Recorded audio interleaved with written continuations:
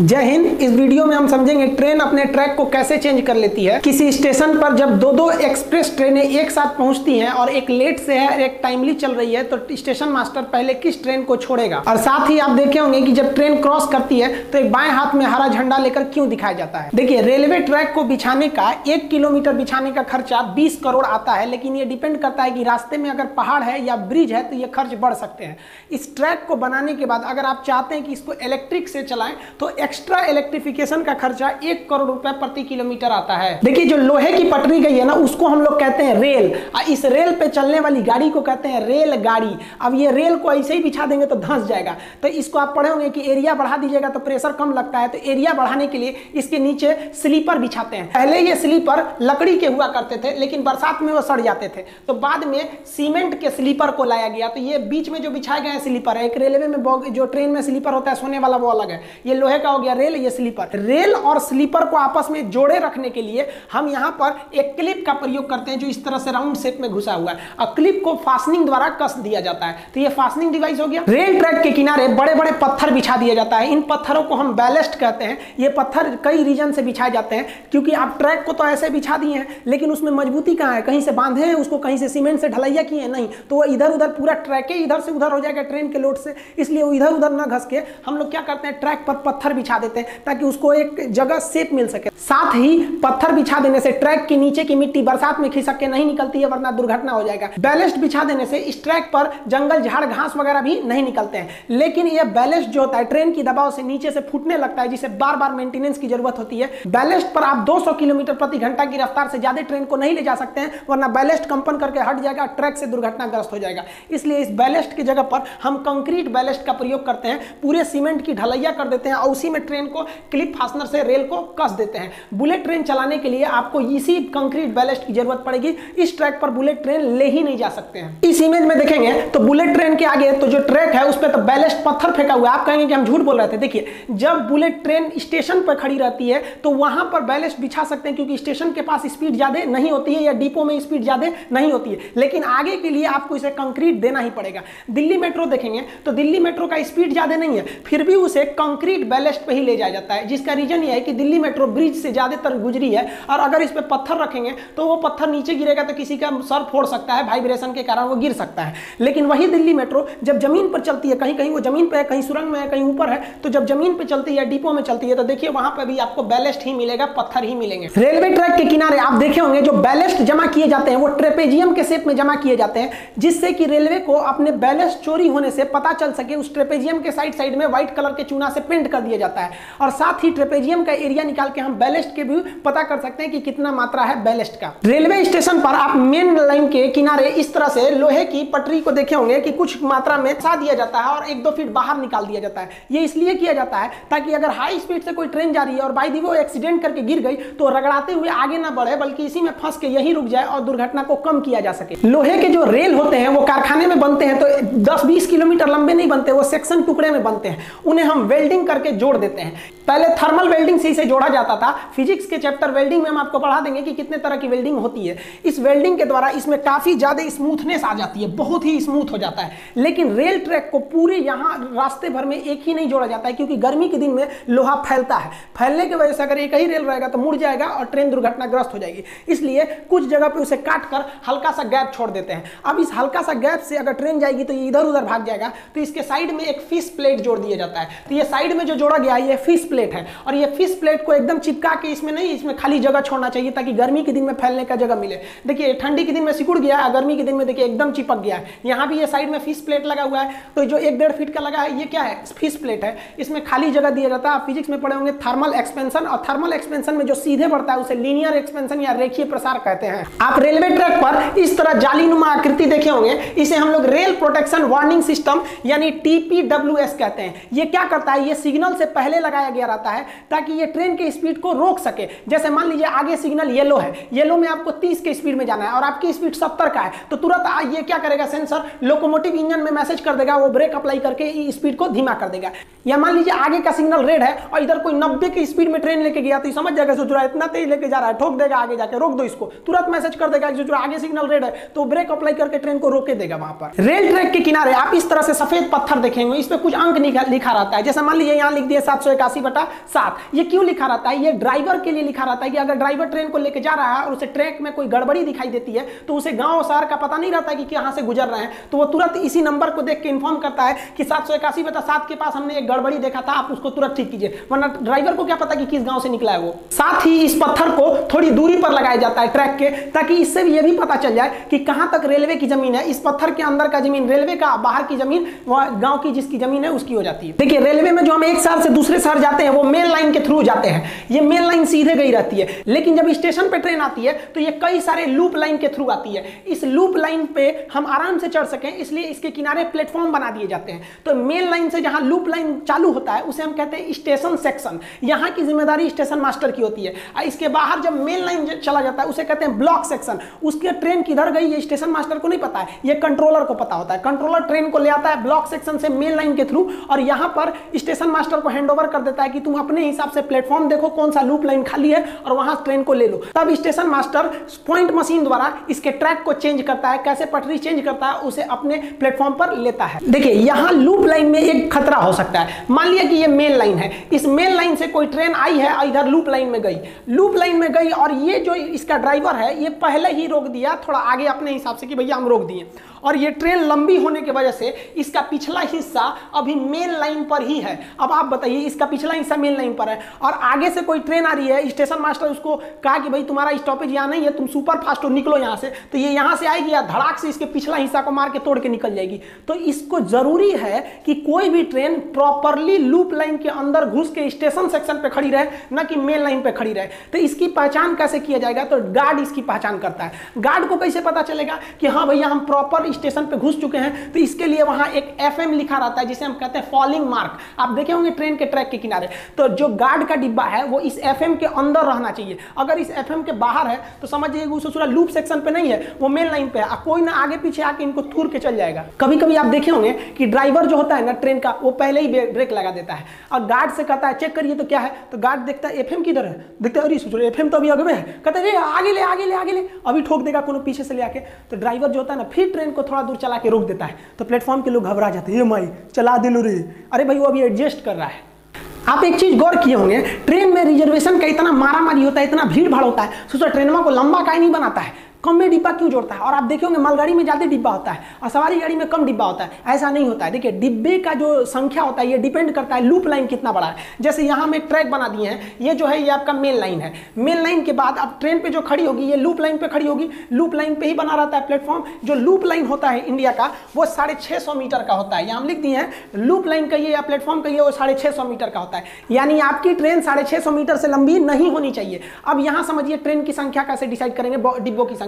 जो लाल वाली LHB coach होती है वो 24 मीटर की होती है, हालांकि इसमें दशमलव में वैल्यू होता है, हम दशमलव पे नहीं जा रहे हैं, 24 मीटर की होती है। अब बताइए 24 से भाग दीजिए 650 में, और उसके बाद भी उसमें एक इंजन जोड़ना रहता है, उसकी भी संख्या को भी आपको मायने रखना है। तो LHB कितना जोड़ते हैं? 23 ठो। और अगर आप नीले वाले ICF की तुलना करेंगे तो ICF की जो लंबाई होती है वो 22 दशमलव समथिंग मीटर होती है, हम 22 मीटर लिखते हैं। अब इस 22 मीटर से आप भाग देंगे 650 में और फिर उसमें एक एक्स्ट्रा 20 मीटर जगह छोड़िएगा इंजन के लिए, तो वो 24 से 25 बॉगी के लिए फिट होता है इस लूप लाइन पे। इससे ज्यादा बढ़ाएंगे ना तो सोच रहा है लूप लाइन के बाहर चल जाएगा, फॉलिंग मार्क के पीछे गार्ड का डिब्बा रहेगा, मारेगा कोनो पीछे से धो के चल जाएगा। तो सोच रहा मालगाड़ियां का इसे लंबा जोड़ लेती है। तो देखिए मालगाड़ी में 2 तरह के ज्यादा डिब्बों का प्रयोग होता है, इस पर हम एक अलग वीडियो बना चुके हैं, आप देख सकते हैं उसको। जो खुले डिब्बे वाले होते हैं उसे कहते हैं बॉक्सेन। तो बॉक्सेन जो होते हैं सब, उसकी जो लंबाई होती है वो 10 मीटर होती है। अब 10 मीटर लंबाई होने की वजह से आप 650 में भाग दीजिएगा, थोड़ा सा जगह छोड़ दीजिएगा इंजन के लिए, तो ये 60 से 64 यानी लगभग 62 डिब्बा को जोड़ सकता है। इसलिए लगता है बाप रे बहुत लंबा है। लंबाई सेम है, बस डिब्बा ज्यादा है क्योंकि डिब्बा छोटा है। और ये कवर वाला देखेंगे BCN को, तो BCN की लंबाई थोड़ी ज्यादा होती है 15 मीटर। तो इसको भाग दीजिएगा आप 650 में, तो ये लगभग 42 तक में ये सूटेबल बैठता है क्योंकि इंजन को भी रखना है। तो ये 42 डिब्बा जोड़ सकता है। तो देखिए मालगाड़ी लंबी नहीं होती है, मतलब उसके डिब्बे छोटे होने की वजह से वो लंबी दिखती है। आप कहिएगा सर तब क्या जरूरत है हमको इतना ट्रेन बढ़ाने की, क्यों ना हम सबका लूप लाइन में बढ़ा दें। अब लूप लाइन बढ़ाइएगा ना तो पूरे हिंदुस्तान के स्टेशन को तोड़ना पड़ेगा और उनके लूप लाइन को बढ़ाना पड़ेगा, फिर प्लेटफॉर्म बढ़ाना पड़ेगा। इसलिए रेलवे कहती है कि इससे अच्छा है क्या है कि भैया ट्रेनें की संख्या बढ़ा देते हैं। अब आप कहेंगे कि सर रेलवे का खड़गपुर स्टेशन, सोनपुर स्टेशन, अभी गोरखपुर रेलवे स्टेशन का ये लूप लाइन इतना बड़ा क्यों है? देखिए रेलवे स्टेशन जो बनाए जाते हैं वो उस समय की परिस्थिति के हिसाब से बनाए जाते हैं। गोरखपुर के इस साइड में प्लेटफॉर्म बढ़ाने का जगह नहीं है, ना इस साइड में, सामने जगह है, तो वो क्या किया गया ना, इस लूप लाइन को ही बहुत ही लंबा कर दिया गया है, एक ही ट्रैक को, और उस पर 3 प्लेटफॉर्म बना दिया गया है, platform number 1, platform number 2, platform number 2A। तो इस तरह करके 1355 मीटर लंबा कर दिया गया उसको, और वो दुनिया का सबसे लंबा प्लेटफॉर्म हो गया है गोरखपुर का। अब आप सोचिएगा कि गोरखपुर में कैसे ट्रेन चल जाती है, तो देखिए मान लिया कि कोई ट्रेन है यहां पर आकर खड़ी हुई, ठीक है, प्लेटफॉर्म नंबर 1 पे, और यहां पहले से एक ट्रेन है, तो जाएगी कैसे? तो यहां पर एक सेक्शन बनाया गया, यहां से जाती है, उसके बाद ये मेन लाइन होकर चली जाती है। मान लीजिए कि ये दोनों प्लेटफॉर्म भरा हुआ है, ट्रेन को लेना है अगले 2A पर यहां पर, तो इस मेन लाइन से ट्रेन को लाया जाएगा और यहां क्रॉस सेक्शन से घुसा दिया जाएगा। मान लीजिए बीच में कोई ट्रेन खड़ी है, इसको निकलना है, तो यहां से भी इस पे निकाल दिया जाएगा, मेन लाइन से निकालकर। उस पे पैनल बदलने का सिस्टम रहता है जिसको अभी हम समझाते हैं। रेल प्लेटफॉर्म पर आप इस तरह के एक आकृति देखे होंगे जिसमें खुरदुरा निकला रहता है, गोटी टाइप का, ये रेड कलर के भी होते हैं। ये एक्चुअली विकलांग लोग के लिए बनाया जाता है, हैंडीकैप के लिए, ताकि वो इस खुरदुरे को पहचान के समझ सके कि उनका जो हैंडीकैप बॉगी होता है वो इसी के पास आएगा। देखिए जब कोई ट्रेन क्रॉस करती है स्टेशन से, तो स्टेशन पर एक फ्लैगमैन होता है जो बाएं हाथ में ग्रीन झंडा को लेकर उस ट्रेन को देखते रहता है कि कहीं इसमें कोई खराबी तो नहीं, कुछ चक्के वगैरह में फॉल्ट या कोई आवाज तो नहीं आ रहा। अगर आवाज आएगा तो दाहिने हाथ से तुरंत लाल झंडा दिखा देगा। अब आप कहिएगा ड्राइवर बा तो चल गया हरियर का देख के, अब रोकेगा कौन? तो पिछवा से गार्ड आ रहा है, वो कहेगा नहीं सोच रहा है कहीं तो लाल दिखा रहा है, इसका मतलब इसको कुछ गड़बड़ी दिखा है, तुरंत वॉकी टॉकी पे फोन करेगा, ए मिश्रा जी रोकिए रोकिए महाराज कुछ गड़बड़ी है, लाल दिखा रहा है। आप भी ट्रेन को लाल झंडा दिखाकर रोक सकते हैं, लेकिन जैसे आप ट्रेन को रोकिएगा जीआरपी आपको पकड़ के कारण पूछेगी, और अगर कारण अच्छा नहीं रहा ना तो जेल में डाल देगी आपको। इसलिए बिना उपयुक्त कारण के जब तक ट्रेन में कोई गड़बड़ी ना दिखाए आप ट्रेन को नहीं रोक सकते। रात के समय आप देखिएगा, रात के समय ट्रेन पे किनारे जब स्टेशन पे घुसती है तो नीचे 2 ट्यूबलाइट लगाया रहता है, एक आदमी टॉर्च से देखते रहता है कि इसके जो बॉगी है चक्के में इसमें सब ठीक ठाक तो है, कोई गड़बड़ी तो नहीं है। रेल इंजन के बारे में हम आपको A to Z बता दिए थे, आप वीडियो के प्लेलिस्ट में जाके देख सकते हैं। रेल इंजन आप एक चीज देखे होंगे, रेल इंजन के आगे यहाँ कुछ लिखा रहता है शहर का नाम, जैसे हावड़ा, झांसी, गाजियाबाद, कटनी, रांची, इस टाइप का कुछ लिखा रहता है। ये इसके डिपो और शेड को बताता है कि ये किस शेड का लोकोमोटिव इंजन है, यानी ये बिगड़ेगा तो कहाँ जाके बनेगा। और यही इसी का डिपो जो है ये इस बात की जिम्मेदारी रखता है कि ये लोको अभी किस ट्रेन में है और कहाँ पर है, इसका रिकॉर्ड वही रखता है। जैसे ये हावड़ा है तो हावड़ा डिपो ही को पता होगा कि ये उसका इंजन जो है ये 3032 नाम का नंबर का ये इंजन कहाँ पर है, किस ट्रेन को अभी ये पुल कर रहा है। तो ये सारा रिकॉर्ड स्टेशन मास्टर की जिम्मेदारी नहीं रहती है, ये उस शेड और उस डिपो की जिम्मेदारी रहती है। और अगर इसमें कोई गड़बड़ी रहता है तो दूसरे लोकोमोटिव से खींचकर इसको इसकी शेड में भेज दिया जाता है कि देखो भैया ये तुम्हारा शेड है, इसमें क्या गड़बड़ी आया है। ट्रेन से ज्यादा सिक्योरिटी तो हमको रेल की रखनी पड़ती है कि सोच रहा रेल ट्रैक हुआ ठीक है कि नहीं तो सबको उलाट देगा। तो रेल ट्रैक के अंदर आई कुछ भी गड़बड़ी या क्रैक का पता लगाने के लिए हम अल्ट्रासाउंड डिटेक्टर नामक मशीन का प्रयोग करते हैं। ये इस ट्रैक में अल्ट्रासाउंड मशीनों को तरंगों को भेजती है, और अगर उस तरंग 100% वापस नहीं आते हैं, किसी क्रैक से निकल जाते हैं, तो समझ जाता है कि भैया यहाँ ट्रैक में गड़बड़ी है, उसको चेंज करके निकाल दिया जाता है। आप इस तरह से देखे होंगे ट्रैक पर घुमाते हुए ऐसे छोटी मशीनों को। देखिए हम लोग के यहाँ डबल रेल ही चलती है, 2 ट्रैक होती है, लेकिन यूरोप वगैरह में अन्य देशों में 3rd रेल भी होती है। 3rd रेल क्या होता है, 2 रेल पर तो ट्रेन के चक्के दौड़ रहे होते हैं और एक रेल पर बिजली की सप्लाई दी गई रहती है और वहां से वो बिजली ले रहा होता है। आप यहाँ देखिए ये 3rd रेल से अपनी बिजली ले रहा है। ये सुरक्षित नहीं माना जाता है, कोई चढ़ गया तो मरिए जाएगा ससुराल, लेकिन इसका प्रयोग हम सुरंगों में करते हैं। मान लिया कि सुरंग में ऊपर तक जगह नहीं है, ऊपर से OHE ले जाने का, तो 3rd रेल से हम उसको बिजली देकर ले जा सकते हैं। देखिए ट्रेन का जो चक्का होता है वो अंदर से ट्रैक को पकड़ के चलता है, अंदर से पकड़ा रहता है, तो जरूरी है कि अंदर का एरिया ट्रैक का खाली रहे, कोई कचरा ना जाए। तो जब सड़क को क्रॉस करते हैं ना रेलवे लाइन से, तो सड़क बीच में भी भर दिया जाता है। तो मान लिया कि आपने बीच में सड़क भर दिया तो ये इसका सीमेंट अंदर भर जाएगा। अब अंदर भर जाएगा तो ट्रेन जो होता है वो अंदर से ही पकड़ कर चलता है, अंदर से पकड़ के चलेगा तो कंक्रीट में टकरा के उलट सकता है। इसलिए यहाँ पर एक ठो गार्ड रेल को जोड़ दिया जाता है। ये गार्ड रेल जो होता है कि किसी भी कचड़े को ट्रैक के पास नहीं आने देता है जहाँ रोड क्रॉस हुई रहती है। साथ ही ब्रिज पे भी ये भी आकार का गार्ड रेल आप देखिएगा, ये ब्रिज को जो एक्स्ट्रा मजबूती देने के लिए बनाया जाता है, क्योंकि ब्रिज के नीचे जो जमीन नहीं रहती है तो एक्स्ट्रा मजबूती देने के लिए भी शेप का गार्ड रेल बना दिया जाता है। इसे हम लोग कहते हैं गार्ड रेल।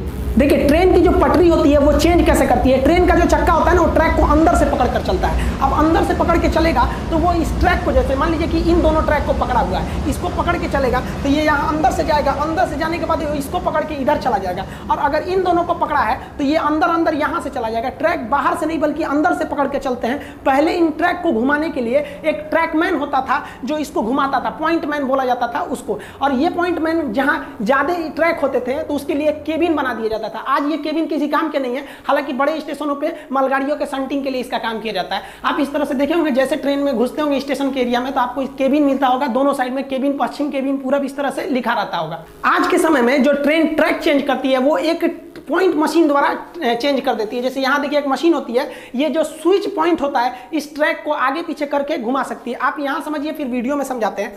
ट्रेन जो होता है उसका चक्का वो अंदर से पकड़ के चलता है ट्रैक को। अब यहाँ देखिए ट्रेन का चक्का ये अंदर की ओर एक्स्ट्रा निकला हुआ है इतना, तो ये जो होता है एक्स्ट्रा निकला हुआ ये अंदर से पकड़ लेता है ट्रैक को। अब देखिए ये ट्रैक जहाँ जाएगी ना वहीं ये ट्रेन जाएगा। ट्रेन में स्टीयरिंग नहीं होती है, ट्रेन का चक्का पटरी को अंदर से पकड़ लिया है, अब पटरी जिधर जाएगी ट्रेन उधर जाएगी। अब आप बताइए, यहाँ से अगर इसको पकड़े हुए हैं और यहाँ से इसको पकड़े हुए हैं अंदर से, तो आप बताइए यहाँ अंदर से पकड़ेगा तो ये वाली ट्रैक तो साइड में है, इसको तो पकड़ ही नहीं पाएगा, तो ये सीधे निकलेगा इस ट्रैक के थ्रू यहाँ से सीधे। और यहाँ देखिए यहाँ आ गया है तो ये अंदर से इधर वाली ट्रैक को पकड़ लेगा और इधर वाली ट्रैक को पकड़ के ये इधर से घूम जाएगा, समझ में आया। लेकिन अगर वही हिस्सा अगर हम कहेंगे इसमें कि अगर हम इसका पॉइंट चेंज कर दे, इसको उधर सटा दें, तो ये वाला इधर से हट जाएगा तो ये इधर चला जाएगा और ये वाला इस ट्रैक पर आ जाएगा। देखिए ट्रेन में जब एक सिंगल लाइन होता है, मेन लाइन डबल ना होकर एक ही सिंगल लाइन होता है, तो प्लेटफॉर्म से जब ट्रेन को छोड़ा जाता है तो बीच में एक ही ट्रेन को छोड़ सकते हैं, क्योंकि बीच में डबल रास्ते नहीं है आने जाने के लिए। तो ऐसी स्थिति में ट्रेन को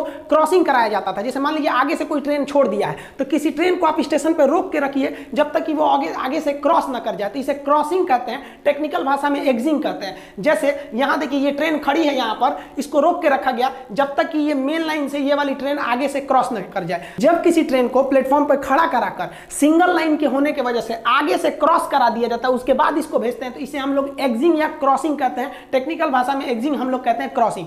लेकिन आज के समय में डबल लाइन है, आने वाला रास्ता अलग है, जाने वाला रास्ता अलग है। तो कोई ट्रेन सामने से आ रही है तो उसके लिए कोई रुकता ही नहीं है, बाईं वाली ट्रैक से चला जाएगा इधर वाला, उधर से आ जाएगा वो। तो डबल ट्रैक होने से क्रॉसिंग होती ही नहीं है, डबल ट्रैक होने से प्रेसीडिंग होने लगती है। कैसे कि मान लीजिए कोई ट्रेन आ गई, अब दोनों ट्रेनें एक साथ प्लेटफॉर्म पर आई हैं, अब स्टेशन मास्टर किसको छोड़ेगा? तो मान लीजिए एक पैसेंजर है, एक सुपर फास्ट है, तो पहले सुपर फास्ट को छोड़ देगा। सुपर फास्ट को ज्यादा वैल्यू दिया गया, तो किसी चीज को ज्यादा वैल्यू देना प्रोसीडिंग कहलाता है। तो इसको क्या कहते हैं? प्रोसीडिंग। मतलब एक कम वैल्यू की ट्रेन को रोककर एक ज्यादा वैल्यू की ट्रेन को पीछे से क्रॉस करा दीजिए, तो इसे प्रेसीडिंग कहते हैं। लेकिन क्या होगा जब सेम कैटेगरी की ट्रेन, जैसे मान लीजिए दो सुपर फास्ट एक साथ पहुंच जाए, अब इसमें किसको प्रेसीडिंग दीजिएगा भैया? कौन जाएगा पहले? तो इसमें जरूर कोई ना कोई लेट होगी। तो इंडियन रेलवे का हिसाब है कि लेट ट्रेनों का हिसाब रखना है कि किस स्टेशन पे कितना मिनट लेट हुई। अब मान लीजिए एक ट्रेन आई है, वो भी सुपर फास्ट है, दूसरी वो भी सुपर फास्ट, लेकिन एक लेट है, तो उस ससुरा का चार्ट अपने बनिए रहा है कि कहां कहां लेट हुई है। अब उसके चक्कर में दूसरों को लेट करिएगा तो इसका भी लिस्ट बनाना पड़ेगा। इसलिए अगर सेम टाइम पे पहुंच गई है या फिर जो लेट है वो पहले पहुंची है और जो टाइम से है वो बाद में आई है, तो क्या करेंगे? जो टाइम से आई है उसको क्या कर देंगे? प्रेसीडिंग कर देंगे, निकाल देंगे। भैया तुम निकल पहले, क्योंकि तुम्हारा हिसाब किताब नहीं हो रहा है, तुम टाइम से आई बकलो लेट हो गया, तू बाद में निकलियो। आई होप आप समझ गए होंगे ट्रैक के बारे में। किसी अन्य वीडियो में रेलवे में प्रयोग होने वाले जितने भी साइन बोर्ड है और सिग्नल का मतलब क्या होता है, डबल येलो पे स्पीड कितनी रहेगी, सिंगल येलो पे क्या होगा, ब्लू कलर के सिग्नल का मतलब क्या होता है, तो सिग्नलिंग सिस्टम का प्रयोग बता देंगे। और कभी कभी आप देखे होंगे कि ट्रेन बिना मतलब है कि प्लेटफॉर्म पे 1 घंटा रोक देता है या बीच में रोक देता है, इस सब का मतलब क्या होता है, इसको कभी नेक्स्ट वीडियो में समझा देंगे। तब तक